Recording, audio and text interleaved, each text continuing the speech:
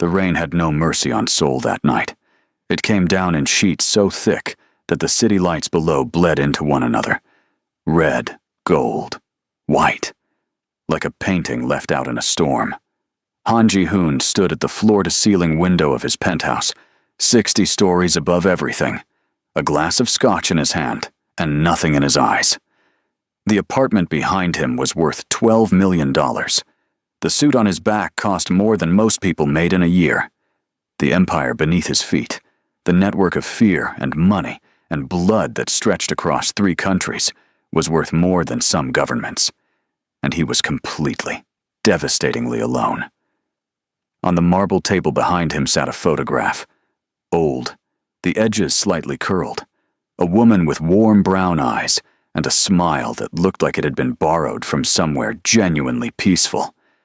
Beside her, a little girl, 4 years old, maybe 5, laughing so hard her whole body leaned sideways. They were at a park, somewhere ordinary, somewhere he had never bothered to visit with them. He didn't touch the photograph. He never did anymore. He just let it sit there and punish him. His phone buzzed. Business. It was always business. He turned from the window, set down his glass, and picked up the call, because that was all he knew how to do now. Function. Operate. Survive. But surviving, he had learned too late, was not the same thing as living. This is the story of how Han Ji-hoon, the most feared man in Korea, destroyed the only thing that ever truly mattered to him. Not with a bullet, not with a blade, but with silence, with pride, and with one catastrophic moment of choosing the wrong person in a room full of witnesses. This is the price of losing her. Sarah Smith had never been the kind of woman who chased danger. She was steady, warm, and quietly brilliant, the sort of person who remembered everyone's coffee order, who laughed easily and without performance, who believed, sometimes to a fault, that people were capable of being better than their worst impulses. She had come to Korea 6 years earlier on a 1-year consulting contract for an international design firm. She wasn't supposed to stay. She wasn't supposed to fall in love. She certainly wasn't supposed to fall in love with him. They met at a charity gala, ironically enough, hosted by one of Ji-hoon's front companies. He didn't usually attend these events in person. He sent representatives, made donations, maintained the illusion of legitimacy. But something had pulled him there that night, and he would later say, in one of his rare moments of honest reflection, that he was grateful it did. He saw her across the room, laughing at something an elderly man had said, touching the man's arm with a kind of genuine warmth that Ji-hoon found almost strange. Everyone in that room was performing. Politicians performing generosity. Celebrities performing humility. Business executives performing conscience. And then there was this woman who was simply completely present, as if the evening was exactly where she wanted to be. He introduced himself. She didn't flinch at his name. Either she didn't know who he was, or she didn't care. And both possibilities fascinated him equally. Han Ji-hoon, he said. Sarah Smith, she replied, shaking his hand without ceremony. Your flower arrangements are beautiful, by the way. Whoever designed this event has a real eye. He had looked around at the elaborate floral installations, as if seeing them for the first time. I'll pass that along, he said. She smiled. You should. People don't hear enough good things about their work. That was it. That was the moment. Not her beauty, though she was beautiful. Not charm or strategy or calculation. Just that small, offhand sentence, delivered with complete sincerity. In a world where everyone around Ji-hoon either feared him or wanted something from him, Sarah Smith had looked at a flower arrangement and thought about the anonymous person who made it. He was undone before the night was over. They dated for 8 months before she found out the full truth of what he was. He told her himself, which surprised even the people closest to him. He sat across from her in a quiet restaurant, told her everything, and waited. Most people, upon learning the real nature of Han Ji-hoon's operations, either ran or immediately recalculated how they could benefit. Sarah did neither. She sat quietly for a long time. Then she looked at him and said, "I'm not going to pretend this doesn't change things. But I don't think you told me because you want me to leave. I think you told me because you don't want to lie to me." He had no answer for that. She was right, and being seen so clearly by another person was terrifying and wonderful in equal measure. She married him 14 months later. She moved into his mansion. She learned Korean. She made friends with his staff, genuinely, not strategically. She planted herbs on the kitchen windowsill and filled rooms with color and softened the sharp, cold architecture of his life with a warmth he hadn't known he was missing. And then Mina came, and something in the house shifted permanently into light. Mina was everything. She had Sarah's eyes and Ji-hoon's stubbornness and a laugh that could stop a room. Ji-hoon, who had negotiated with violent men without breaking a sweat, who had walked into the most dangerous rooms in Asia and walked out with everything he wanted. This man was helpless against a 4-year-old who called him Appa and tugged at his sleeve. For a while, it was enough. The family dinners, the weekend mornings, Mina's drawing stuck to the refrigerator with magnets, impossibly colorful, depicting a family of 3 in broad, happy strokes. But the Mafia doesn't pause for happiness. And Ji-hoon, despite everything, despite the man he was trying to become inside those walls, was still fundamentally who he was. The late nights stretched longer. The business calls crept into dinners. The international trips multiplied. Weeks passed where Sarah and Mina were almost decorative, present in the house the way expensive furniture is present, acknowledged, but not truly engaged with. Sarah bore it with patience. She had to consciously choose every single day. She understood his world. She didn't enjoy it, but she understood it. What she couldn't understand, what began to quietly devastate her, was the growing emotional distance that had nothing to do with business hours. He stopped asking about her day. He stopped noticing when she was tired. He sat at the dinner table, and his eyes were always somewhere else, on his phone, on the window, on something in his head that had no room for her. One evening, when Mina had gone to bed and the house was quiet, Sarah sat across from him and said, gently but directly, "Mina is growing up without you." Ji-hoon looked up from his phone with the expression of a man being interrupted rather than spoken to. "Everything I'm doing is for this family," he said. "Everything. The business, the hours, all of it. It protects us. It provides for us." "She doesn't want provision," Sarah said. "She's 5. She wants her father." "Sarah, I'm not attacking you.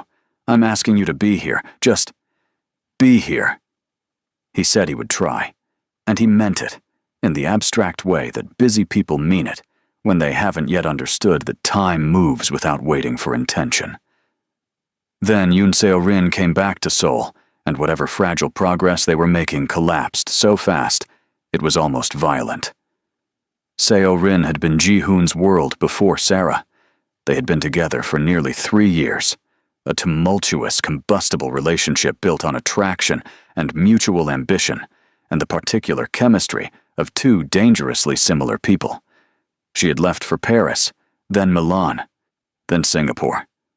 Nobody in Ji-hoon's circle spoke about her openly, but everyone remembered her. She returned with the drama of someone who had been rehearsing an entrance for years.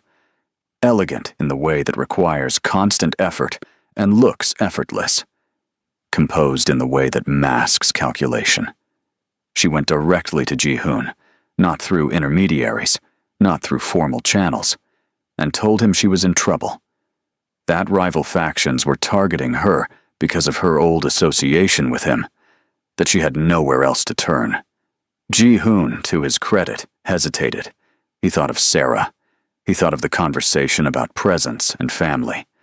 Then Seo-rin looked at him with eyes that knew exactly which parts of him to aim at, and he agreed to extend his protection. He told Sarah over breakfast, casually, as if announcing a minor schedule adjustment. An old associate is back in Seoul. She's dealing with some threats.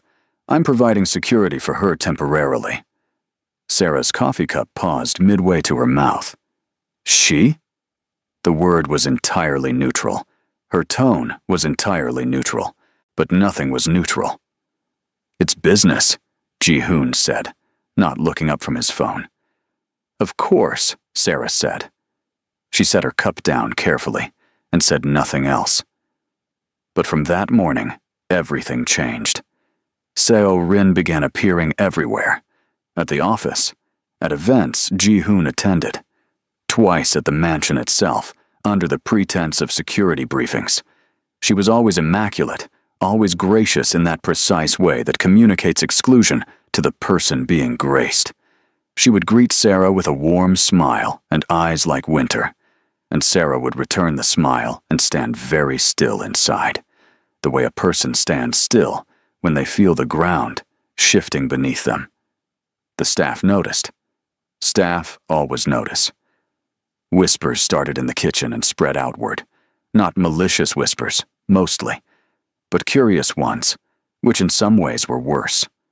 Reporters picked up on Seo-rin's return and speculated openly about its implications.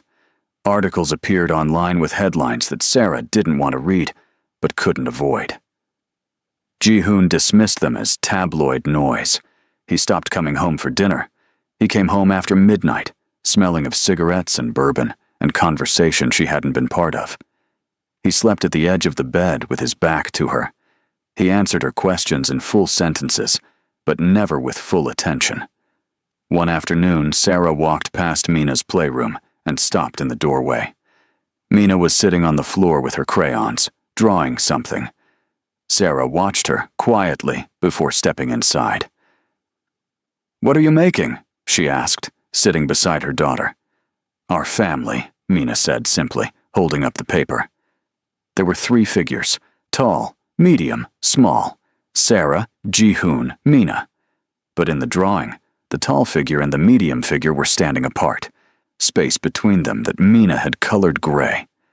Sarah stared at the drawing for a moment, then looked at her daughter's face. So focused, so earnest, so unaware of the emotional precision of what she'd just created.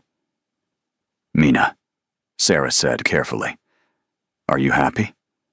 Mina considered this with the gravity that 5-year-olds reserve for serious questions. "I'm happy with you, Mommy." A pause. "Why does Daddy smile more when that lady is around?" The question landed like a stone into still water. Sarah felt the ripple move through her entire body. She kept her face completely calm, the particular calm that mothers perform to protect their children from truths they shouldn't carry yet. "Daddy smiles plenty," she said. "Come on, let's make something for dinner." She held it together until Mina was distracted with the refrigerator, and then she turned to the window above the sink and stood very still, breathing, her hands gripping the counter edge, the tears she refused to release pressing behind her eyes like something trapped. She held it together. She always held it together. But the night of the gala, the night that changed everything, she ran out of places to put it. The annual charity event was one of the most high-profile gatherings in Seoul's social calendar. Politicians, industry leaders, celebrities, and a very select tier of people whose power was best not examined too closely. Ji-hoon was a central figure. His attendance was expected. His wife's attendance was expected alongside him. Sarah spent 2 hours getting ready. She chose a deep burgundy gown, structured, elegant, unshowy. She wore the earrings Ji-hoon had given her on their 3rd anniversary, back when anniversaries were still occasions. She looked in the mirror when she was finished, and told herself the only thing she knew how to tell herself in those days: "You can do this."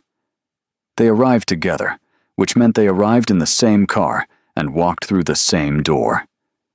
Ji-hoon's hand was at her back for precisely the time it took photographers to capture their entrance, and then it was gone, and he was absorbed into conversations with men she didn't know. and Sarah moved gracefully into the room and found people to speak with, and smiled until her face accepted the shape of it. Seo Rin appeared within 20 minutes. She was wearing ivory, a choice so specific in that room on that night, it could not have been accidental. She moved to Ji-hoon first, touched his arm in greeting, laughed at something he said. Sarah watched from across the room with a glass of champagne and a stillness that had nothing peaceful in it. Later, during a quiet lull when Ji-hoon had moved to speak with a government official, Seo Rin appeared at Sarah's side. "You look lovely," Seo Rin said, with a smile so practiced it had the texture of marble. "That color is very bold for someone in your position." Sarah turned to look at her. "My position?" Seo Rin tilted her head slightly, as if choosing her words with care she wasn't actually taking. "It must be difficult," she said, her voice dropping to the confidential register of false concern. "Being the foreign wife. Always slightly outside of things. People talk, you know. They wonder how long it lasts." "I'm sure they do," Sarah said evenly. Seo Rin's smile didn't move. "He told me last week he feels trapped," she said. "I'm sure he didn't mean it, but he said it. I thought you should know. Woman to woman." The air in Sarah's lungs went cold. "You should be careful," Sarah said quietly, "about the things you claim people said." "I'm only trying to help." Seo Rin's voice was all innocence. "You gave up a great deal for him, and Mina, bringing a child into this world." She let the sentence drift, unfinished, which was somehow worse than anything she could have completed it with. Something broke open in Sarah, not dramatically, not in her face or her voice, but somewhere internal. A wall that had been absorbing pressure for months cracked clean through. She reached out and took hold of Seo Rin's wrist, not violently, but firmly. "Don't," she said. "Don't say my daughter's name." Seo Rin's eyes widened, and then, deliberately, with the timing of someone who had rehearsed it, she let her body go loose and stumbled backward, catching herself theatrically, her hand flying to her wrist as if she'd been struck. The champagne glass in her other hand tipped and spilled. She made a small, sharp sound of distress. The people nearby turned. The chatter around them dimmed. Heads swiveled with the magnetic efficiency of people who came to these events, hoping, on some level, for exactly this kind of scene.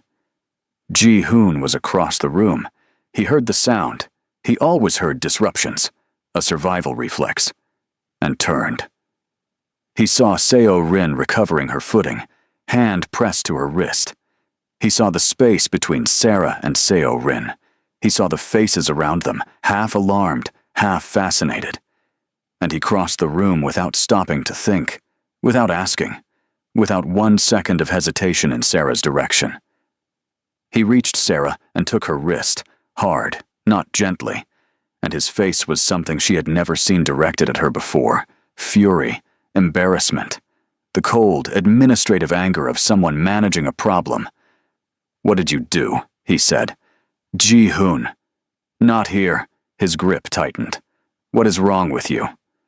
The room was silent in the specific way that expensive rooms go silent.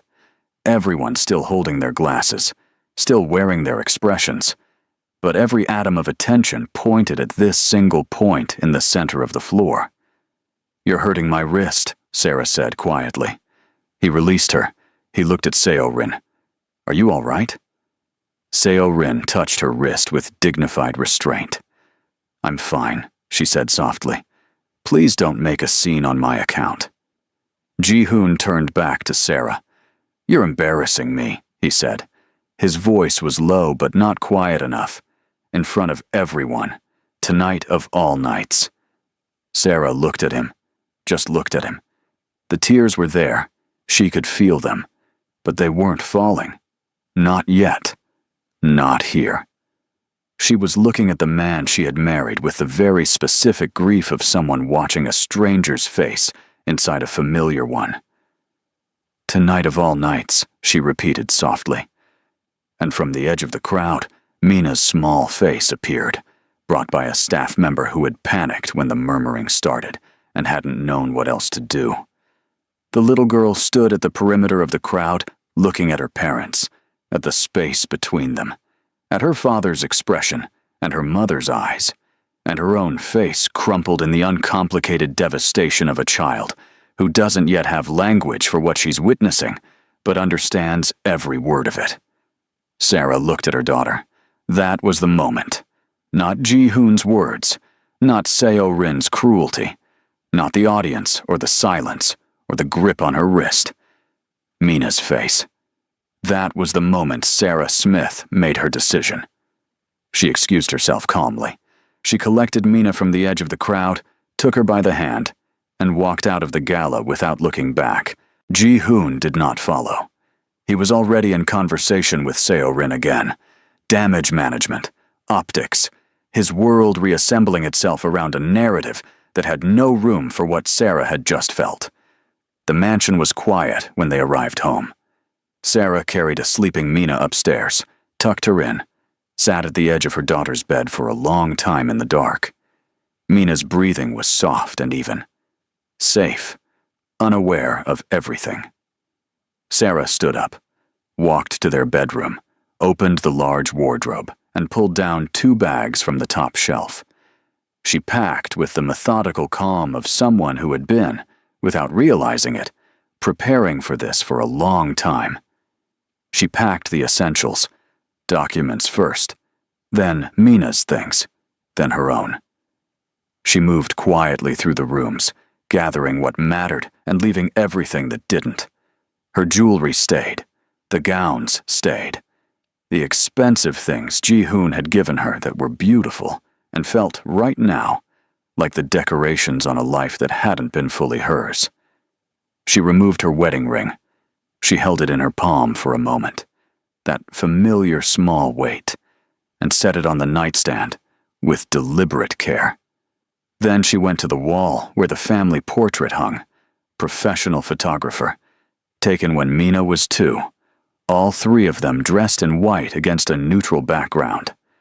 Ji-hoon had his arm around her. He was smiling. She looked at it for a long time. Then she picked up Mina, still sleeping, held her close, and walked out of the house. Ji-hoon did not come home until dawn. He moved through the silent mansion without alerting to the absence at first. Silence was normal. Pre-dawn hours were normal.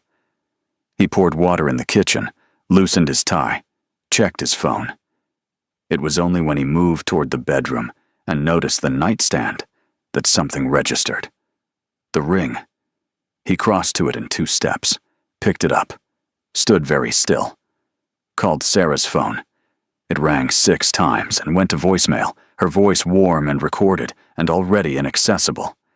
He went to Mina's room, empty, perfectly made bed. A single crayon on the floor, yellow, that Mina must have dropped, and that nobody had picked up because nobody had been there to pick it up. He stood in his daughter's room in his $5,000 suit at 5 in the morning, holding a yellow crayon, and for the first time in longer than he could remember, Han Ji-hoon did not know what to do. He searched. Of course he searched. He had resources most governments didn't. But Sarah had been more prepared than he'd understood.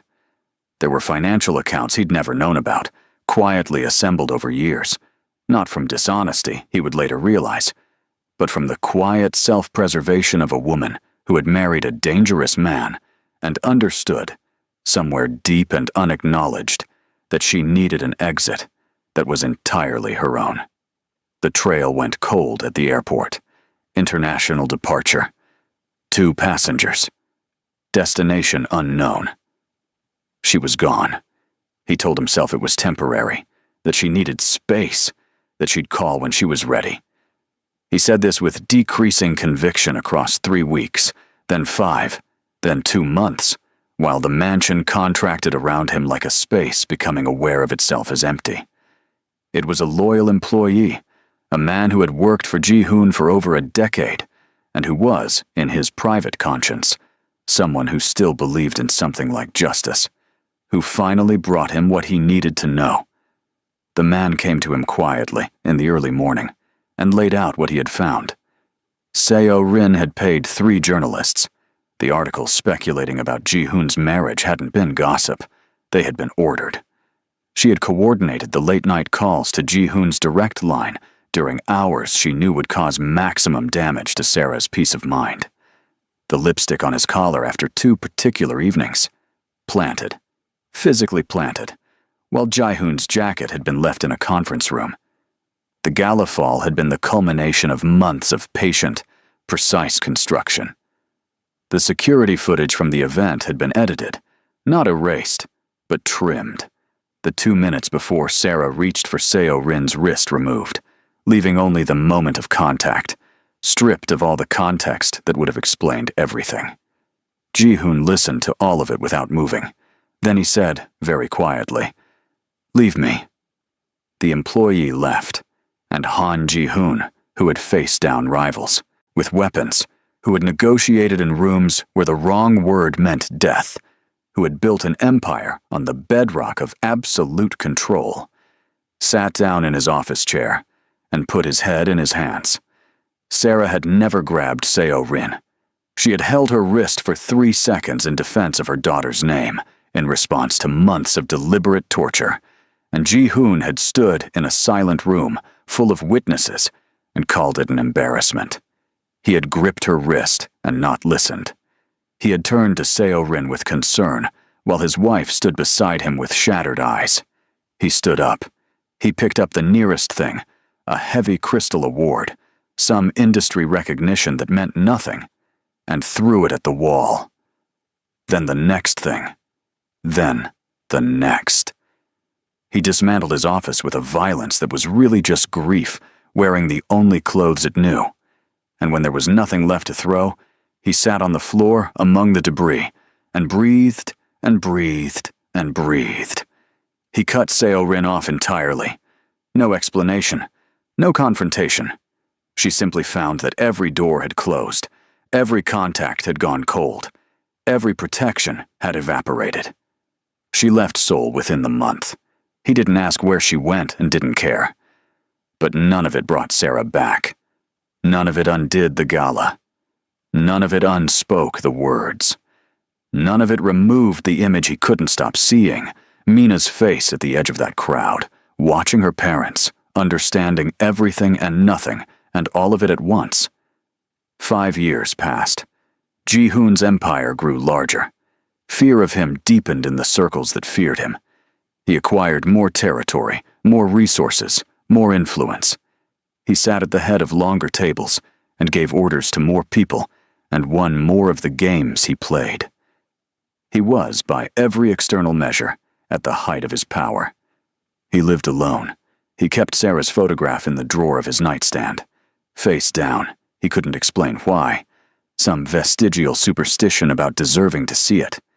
And sometimes, in the specific insomnia of 3 in the morning, he would take it out and hold it, and think about what he would say if he had another moment. He never drank enough to stop the thinking. Just enough to blur the edges of it. He never remarried. He rarely dated. He went to events because the empire required presence, and he came home to a house that remained impeccably maintained and completely hollow. Sarah was in London. She had built, with characteristic quiet intelligence, a luxury interior design company that had grown, within 3 years, into one of the more respected boutique firms in the European market. She had an eye for space, for what made a room feel inhabited rather than merely furnished, for the texture of warmth as a designed quality. Her clients loved her. She had friends, real ones, the kind built slowly over shared dinners and honest conversation rather than strategic proximity. She ran along the Thames in the mornings. She cooked elaborate Sunday breakfasts for Mina, who was now 10, and opinionated and funny and thoroughly herself. Mina barely remembered Korea. Not because Sarah had hidden it. She answered every question her daughter asked with honesty calibrated for age. But because 10-year-olds are comprehensively of the present, and Mina's present was full and bright and sufficient.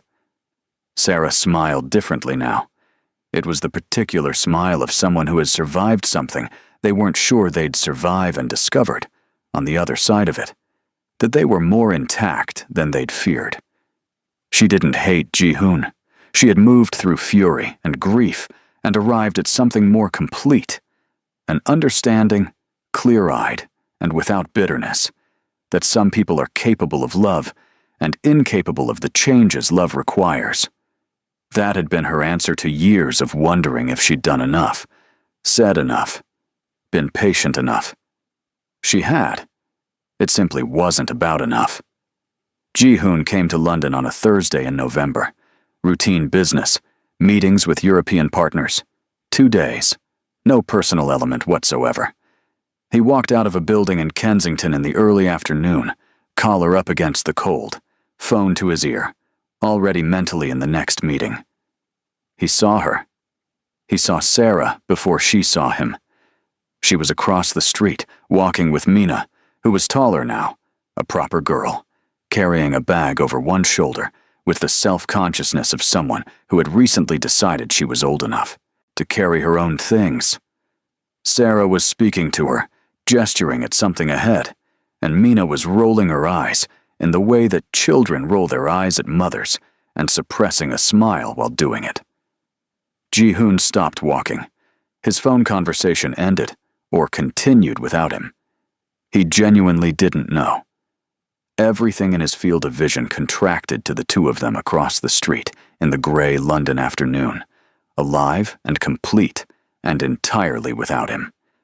He crossed the road before he'd decided to. His body moved while his mind was still catching up. Sarah. She heard her name and turned. The sequence of expressions that crossed her face in the following 2 seconds was beyond his ability to fully read. Recognition, surprise, something that might have been fear or might have been old grief reflexing into the present, before it all settled into stillness, the particular stillness he had always known in her. Ji-hoon, she said. Mina looked at him with the frank, assessing gaze of a 10-year-old who has not yet learned to disguise her readings of people. She stepped closer to her mother, not dramatically, just a small, decisive repositioning. That small movement cost him something he couldn't quantify. "You look," he started. "What are you doing in London?" she asked, not unkindly, just directly. "Business," he said. Then, "I didn't know you were here. I didn't plan." "I know," she said. A pause opened between them, wide and full of everything 5 years contained. He looked older. She could see it, not badly, but truly. The edges of him had changed in the way that a face changes when it has been processing something difficult for a long time. "Mina," he said, looking at his daughter. "Hi." Mina looked at him for a long moment. Then she pressed closer to Sarah's side and looked away. Just that. Just a child who did not know him, pressed against the person she did know, looking elsewhere. Ji-hoon received it in total silence. "I owe you an apology," he said, turning back to Sarah. "I've owed you one for 5 years. I know that's not enough. I know saying it now doesn't—" He stopped, started again. "I found out what she did. All of it. What she engineered. What I believed instead of what I should have believed. I destroyed my office. I cut her off. I know none of that helps you. But I need you to know that I know." Sarah listened to all of it. She didn't interrupt. When he finished, she was quiet for a moment. Not in deliberation, but in the measured care of someone who knows that what they say next will be the last significant thing they say to someone. "You didn't lose us that night at the gala," she said. "I want you to understand that. One night didn't do this." He waited. "You lost us slowly," she said. "Every time you chose your phone over dinner. Every time you made me feel like a problem you were managing instead of a person you were loving. Every time Mina asked where you were, and I had to build her an answer from almost nothing." She paused. "Seo Rin didn't break our marriage, Ji-hoon. She just walked through a door that was already open." The truth of it moved through him like something physical. "Tell me what to do," he said, and the words came out stripped of every layer of the man he performed for the rest of the world. No command, no composure, just the raw underbelly of someone who has run out of strategy. "Tell me what I can do. I'll do anything." Sarah looked at him for a long moment, and he could see it, the flicker of what had been, the genuine love she had carried for him, still present somewhere in her like an ember that had survived the rain. He could see that she saw his pain and was not indifferent to it. She was not cold. She had never been cold. "Some mistakes," she said quietly, "don't deserve forgiveness. Not because I haven't forgiven you. I have. For my own sake, I have. But forgiveness doesn't mean return. It doesn't mean we rebuild something that cost Mina her childhood sense of safety." She glanced at their daughter, then back at him. "You made your choices. You made them slowly, every day, for years. I made mine too. Mine brought us here. I'm glad they did." She reached out, one small gesture, entirely her, and touched his arm briefly. Not warmly, not coldly, just honestly. "I hope you find something worth living for," she said. "Not worth controlling. Worth living for." Then she took Mina's hand, and she walked away. He stood on the pavement, in the cold London afternoon, and watched them go. Mina glanced back once, not at him exactly, just the general backward look of a child in motion. Then they rounded a corner, and were gone. He stood there for a long time after, long enough that people moved around him with the polite indifference of a busy city, long enough that the cold settled properly into his coat. His phone buzzed, his driver texted, his empire waited. He went back to Seoul. He sat in his penthouse with its skyline and its silence and its $12 million of emptiness. The photograph stayed face down in the drawer. He didn't take it out that night. In London, 2 hours later in their time zone, Sarah sat at the kitchen table with a cup of tea, while Mina did homework across from her, complaining cheerfully about mathematics. The lamp above them was warm yellow. Outside the window, the city hummed its steady nighttime hum. The kitchen smelled like the chicken she'd made for dinner, and Mina had flour on her sleeve from a baking experiment that had gone sideways at approximately 2 o'clock, and everything was exactly as small and alive and real as it should be. Sarah wrapped both hands around her mug and looked at her daughter's bent head, at the concentration on her face, at the small smile Mina was wearing because she thought no one was looking. And Sarah smiled too. Quietly, fully, in the way that only becomes possible when you have stopped waiting for someone else to give you permission to be happy. She had left behind a mansion, a ring, a life that was supposed to be everything. In its place, she had built something smaller in scale and immeasurable in worth. She had built a life where she was fully present, not decorative, not patient, not enduring. Present. Engaged. Loved without conditions. Han Ji-hoon had once said that everything he did was for the family. But you cannot give a family your empire and withhold yourself and call it love. You cannot build walls of money around people you are not there to actually hold. You cannot protect someone from everything except your own indifference. He conquered rivals. He conquered markets. He conquered fear. He never conquered the simpler, more demanding territory of being fully present in a room with the people he loved. Back in Seoul, in his penthouse above the bleeding lights of the city, Han Ji-hoon stood at the window again. Rain again. The glass in his hand again. The silence pressing in from every side. He had everything. He would spend the rest of his life understanding exactly what that meant. If this story moved you, if Sarah's courage spoke to something in you, or if Ji-hoon's regret hit somewhere close, please hit that like button and let this story reach someone who needs it. Subscribe so you don't miss what comes next, because there are more stories like this one waiting. Stories about love, about loss, about the choices that define us long after we've stopped thinking about them. And drop a comment below. Whose side were you on? Did Sarah make the right choice? Tell me what you think. I read every single one.